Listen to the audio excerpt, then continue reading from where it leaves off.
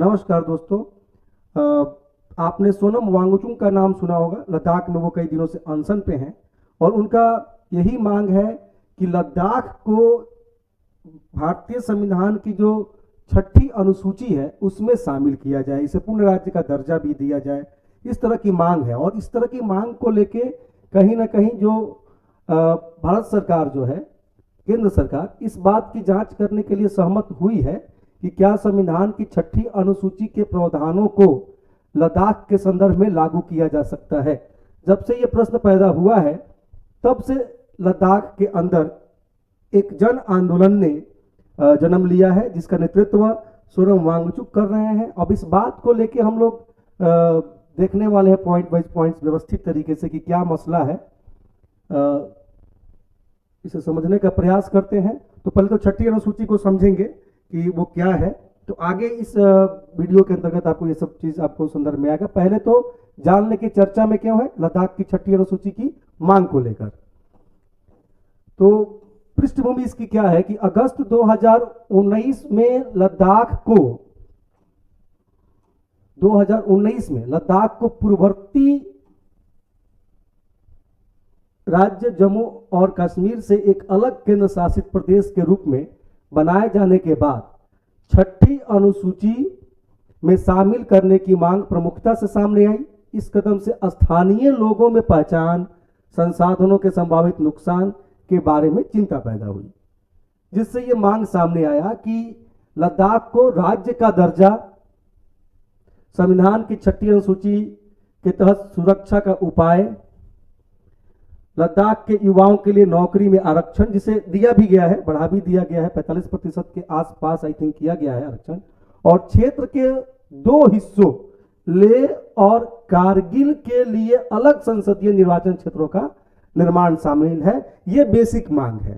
ठीक है। लद्दाख के सामने आने वाले जो मुद्दे हैं वो है सत्ता का कोई भी केंद्रीकरण नहीं। पूर्ववर्ती जम्मू कश्मीर विधानसभा में इस क्षेत्र से 4 विधायक थे, जो इससे पहले जो J&K था, इस क्षेत्र से क्षेत्र का प्रशासन अब पूरी तरह से नौकरशाहों के हाथ में होगा, क्योंकि अब केंद्र शासित प्रदेश बनाने का प्रयास कर रहे हैं। इन मुद्दों को लेकर चिंता है। लद्दाख में कई लोगों को सरकार अब श्रीनगर से भी अधिक दूर दिखती है। भाई, लद्दाख के लोगों को लगता है कि पहले तो सरकार हमको श्रीनगर में दिखती थी, अब तो दिल्ली में दिखती है। अब हमारी मांगे श्रीनगर में नहीं उठेंगी, कहां उठेंगी? दिल्ली तक। वहां तक हमारी आवाज शायद नहीं पहुंच पाएगी या नहीं पहुंच रही है। लद्दाख में कई लोगों को सरकार अब श्रीनगर से भी अधिक दूर दिखती है। जम्मू और कश्मीर में बदली गई अधिवास नीति, डोमिसाइल, इससे क्षेत्र में अपनी भूमि, रोजगार, जनसांख्यिकी जो और सांस्कृतिक जो पहचान है, डेमोग्राफिक कल्चरल जो पहचान है, उसमें भी भय पैदा हुआ है। ठीक है। जो जिस तरीके से माहौल बदला है उसके हिसाब से ऐसी चिंता व्यक्त की जा रही है लद्दाख वासियों के द्वारा। सीमित बीट यानी फाइनेंशियल भी कहीं ना कहीं यूनियन टेरिटरी में लेह और कारगिल में 2 हिल काउंसिल हैं, लेकिन कोई भी छठी अनुसूची के अंतर्गत नहीं है। उनकी शक्तियां कुछ स्थानीय करों जैसी पार्किंग शुल्क और केंद्र द्वारा निहित भूमि के आवंटन और उपयोग के संग्रह तक सीमित है। कहीं ना कहीं उनको लगता है कि हम फाइनेंशियल भी, हमारे पास जो संसाधन रिसोर्सेज होने चाहिए फाइनेंस संग्रह के, वो भी हमारे पास कहीं ना कहीं नहीं है और सीमित है। इसको लेकर एक चिंता व्यक्त की जा रही है। अब इसमें यह है कि भाई, अगर छठी अनुसूची में शामिल करते हैं तो क्या है छठी अनुसूची, किस तरह का मांग और बड़ा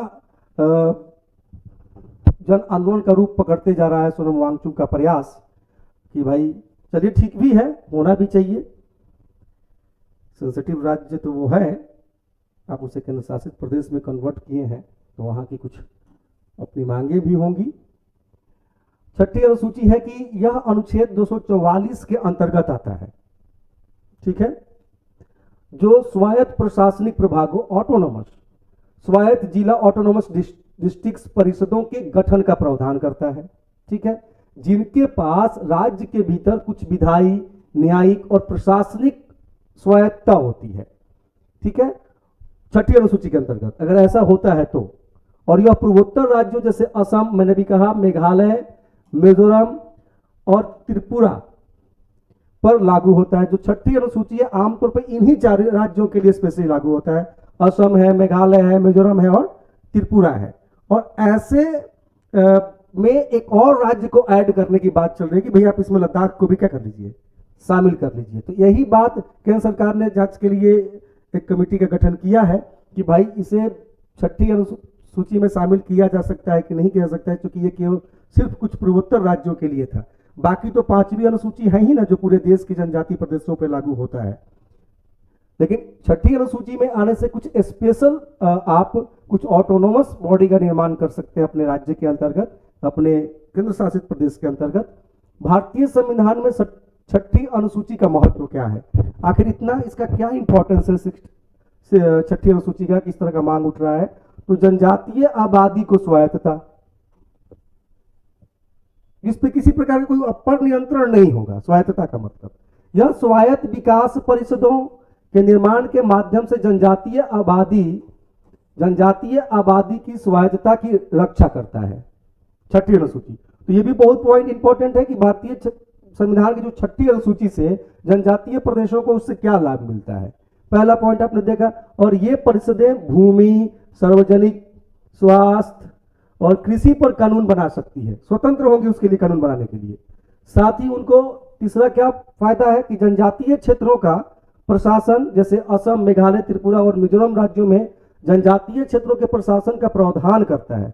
जनजातीय क्षेत्रों के प्रशासन का तो स्पेशली इन 4 राज्यों के लिए प्रावधान करते हैं। इसमें अगर लद्दाख को शामिल करते हैं तो 5 राज्य हो जाएंगे, ठीक है। अगर केंद्र शासित प्रदेश के रूप में भी शामिल करें, जैसे कि आप देख लें पौंडीचेरी भी तो केंद्र शासित प्रदेश ही है, दिल्ली भी केंद्र शासित प्रदेश ही है, ठीक है।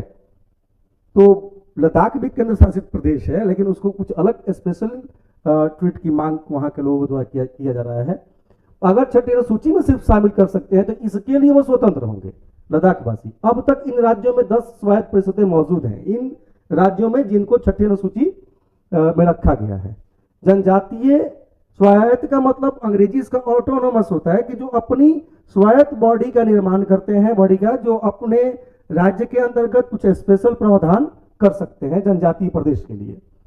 जनजातीय अधिकारों का संरक्षण इससे सुनिश्चित हो जाता है। इसका उद्देश्य है जनजातीय आबादी को शोषण से बचाना और उनकी अद्वितीय संस्कृति, जो उनका कल्चर है, सामाजिक प्रथाओं को संरक्षित करना। तो स्पेशली जो छठी अनुसूची है में जो 4 राज्य हैं वो अपने राज्य के लिए स्पेशल व्यवस्था कर सकते हैं, आबादी का शोषण से बचाने के लिए, उनकी संस्कृति को बचाने के लिए, सामाजिक प्रथाओं को बचाने के लिए। यह भी सुनिश्चित करता है छठी अनुसूची कि आदिवासी समुदायों को उनके शासन और विकास में हिस्सेदारी मिले, ठीक है। साथ ही यह भी व्यवस्था है कि संसाधनों की सुरक्षा। छठी अनुसूची के तहत स्वायत्त जो परिषदें होंगी के पास खनन के लिए लाइसेंस जारी करने, जनजातियों को धन उधार देने पर नियंत्रण और क्षेत्रों में व्यापार और वाणिज्य की विनियमित करने का भी इनके पास शक्ति होगी। इनके लिए भी ये खुद रेगुलेट कर सकते हैं, इतना इनके पास पावर। अगर लद्दाख को छठी अनुसूची में रख दिया जाता है तो इतने पावर तो उसे ऑटोमेटिकली मिल जाएगा। अन्य सिफारिशें क्या है? अन्य सिफारिशें, अब देखिए छठी अनुसूची तो वैसे भी इंपॉर्टेंट हो गया, आपके आगामी एग्जाम में पूछा जा सकता है। अन्य सिफारिशें हैं कि भाई राष्ट्रीय अनुसूचित जनजाति आयोग, सितंबर 2019 में राष्ट्रीय अनुसूचित जनजाति आयोग ने लद्दाख को छठी अनुसूची के तहत शामिल करने की सिफारिश की थी। तो जो आप आयोग बनाए थे उसका एक अनुशंसा तो यह था कि लद्दाख को अनुसूचित जनजाति छठी अनुसूची के अंतर्गत उसे शामिल किया जाना चाहिए। और छठी अनुसूची में शामिल करने का मतलब क्या है, इसके जस्ट ऊपर आपने ये देखा। आयोग ने इस तथ्य पर ध्यान दिया, ये जो राष्ट्रीय अनुसूचित जनजाति आयोग है, आयोग ने इस तथ्य पर भी ध्यान दिया कि नवनिर्मित केंद्र शासित प्रदेश लद्दाख मुख्य रूप से देश का एक आदिवासी क्षेत्र है। ये डन किया वो आदिवासी क्षेत्र ही है। आयोग ने इस तथ्य पर भी ध्यान दिया, माने ये जो आयोग जो बनी राष्ट्रीय अनुसूचित जनजाति आयोग, संसदीय अस्थायी समिति की रिपोर्ट की मुख्य बातें। गृह मामलों की संसदीय अस्थायी समिति ने हाल ही में राज्यसभा में एक रिपोर्ट पेश की थी। इस रिपोर्ट के अंदर, और रिपोर्ट में कहा गया कि 2011 की जनगणना के अनुसार केंद्र शासित प्रदेश लद्दाख में आदिवासी आबादी लगभग इकाई दाई सैकड़ा हजार 10,000 लाख 2,18,355 है, यानी कुल आबादी इतने का लगभग 79.61% है। तो इतनी आबादी वहां पे आदिवासी आबादी है। अब 2,74,279 में 2,18,355 तो आदिवासी ही है, जिसका परसेंटेज हो गया लगभग 80%। है ना। आयोग रिपोर्ट जारी करेगी तो कुछ उसके पास डाटा होगा ना कि मैं क्यों उसे जनजातीय प्रदेश कह रहा हूं, क्यों उसको छठी अनुसूची में शामिल होने के लिए अनुशंसित कर रहा हूं। तो उसके लिए कुछ डाटा तो आपके सामने प्रस्तुत करेगा, और आप नहीं शामिल कर रहे हैं और इतना लेट हो रहा है। इसका आंसर सोनम वांगचुक जैसे लोग सामाजिक कार्यकर्ता हैं और वो सामने आए हैं, लोग उसको इस मांग को जन आंदोलन में कन्वर्ट करने का प्रयास कर रहे हैं और लगभग वो होता हुआ दिख भी रहा है। अब विशेष दर्जा की जो बात है कि समिति ने सिफारिश की कि जनजातीय आबादी की विकास संबंधी आवश्यकताओं को ध्यान में रखते हुए केंद्र शासित प्रदेश लद्दाख को विशेष दर्जा दिया जा सकता है। छठी अनुसूची में भी शामिल कीजिए, उसे विशेष राज्य का दर्जा भी दीजिए। ठीक है। तो ऑटोमेटिकली इस समिति का यह अनुशंसा है कि भाई उसे विशेष दर्जा भी आप दें उस राज्य को। और इस सिफारिश से क्या हो जाता है कि जनजातीय आबादी का विकास संबंधी आवश्यकताओं को ध्यान में रखते हुए, यानी कि कहीं ना कहीं वहां पे और विकास बेहतर हो सकेगा अगर ऐसा प्रावधान किया गया, वहां के लोगों के जीवन को और बेहतर और सरल बनाया जा सकता है। और निष्कर्ष के तौर पे देखें, देखिए ये जो पीडीएफ हम आपके सामने लाए बहुत व्यवस्थित तरीके से आपके सामने रखते हैं ताकि आप इसी व्यवस्था में चीजों को समझें। आप अपने द्वारा भी चीजों को ऐड कर सकते हैं और साथ ही जो अभी चल रहा है माहौल, उस माहौल में आप खुद भी जाके अपने नॉलेज को कुछ और भी संवर्धित कर सकते हैं इसको आधार बनाकर। निष्कर्ष के तौर पे देखा जाए तो छठी अनुसूची एक महत्वपूर्ण संवैधानिक प्रावधान है जो आदिवासी आबादी की अद्वितीय संस्कृति, सामाजिक और आर्थिक जरूरतों को पहचानती है और स्वशासन के लिए एक रूपरेखा प्रदान करती है। एक बार मैं फिर इस पॉइंट्स को दोहराता हूं कि छठी अनुसूची एक महत्वपूर्ण संवैधानिक प्रावधान है जो आदिवासी आबादी, जो जिसमें 4 राज्य स्पेशली अभी तक शामिल है, जो ऊपर मैंने आपको बताया कि अद्वितीय संस्कृति माने जो बेहतर कल्चर है, उनका अपना जो कल्चर है, सामाजिक और आर्थिक जरूरतों को पहचानती है कि भाई उसकी आर्थिक जरूरतें क्या है, उनकी आदिवासी आबादी का स्तर क्या, उनका कल्चर क्या है। ठीक है। और स्वशासन के लिए एक रूपरेखा प्रदान कर सकती है कि भाई उनको अपनी चीजों के संरक्षण के लिए उनके लिए हम एक अलग से ऑटोनोमस व्यवस्था, एक स्वायत्त व्यवस्था कर सकते हैं। यह महत्वपूर्ण महत्व रखता है क्योंकि यह जनजातीय क्षेत्रों के प्रशासन के लिए प्रावधान करता है जिससे जनजातीय आबादी की स्वायत्तता की रक्षा होती है, उसकी सुरक्षा, उसकी स्वतंत्रता की भी रक्षा होती है। पूरी पॉइंट्स को देखने के बाद ये निष्कर्ष के तौर पे कि भाई कहीं ना कहीं एक बेहतर मांग है, कहीं ना कहीं हम आदिवासी प्रदेशों को इससे और बेहतर और संरक्षित कर सकते हैं, उनके जीवन को और बेहतर और सरल बना सकते हैं। यह आदिवासी आबादी की रक्षा भी करता है और स्वायत्त विकास परिषदों के निर्माण की अनुमति देता है। जब तक आप उसे छठी अनुसूची में शामिल नहीं करेंगे, वो अपने लिए स्वायत्त विकास परिषदों का निर्माण नहीं कर पाएंगे जो भूमि, सार्वजनिक स्वास्थ्य, कृषि पर कानून बना सकते हैं। तो आप छठी अनुसूची में शामिल करेंगे तो इस पॉइंट के लिए तो वो लद्दाख अपने आप ऑटोमेटिकली स्वतंत्र हो जाएगा। छठी अनुसूची में शामिल करने की मांग लद्दाख के लोगों की अधिक स्वायत्तता और उनकी विशिष्ट सांस्कृतिक पहचान के संरक्षण की आकांक्षाओं को दर्शाती है। इन मांगों पर सरकार की प्रतिक्रिया का लद्दाख और उसके लोगों का भविष्य पर महत्वपूर्ण प्रभाव पड़ेगा।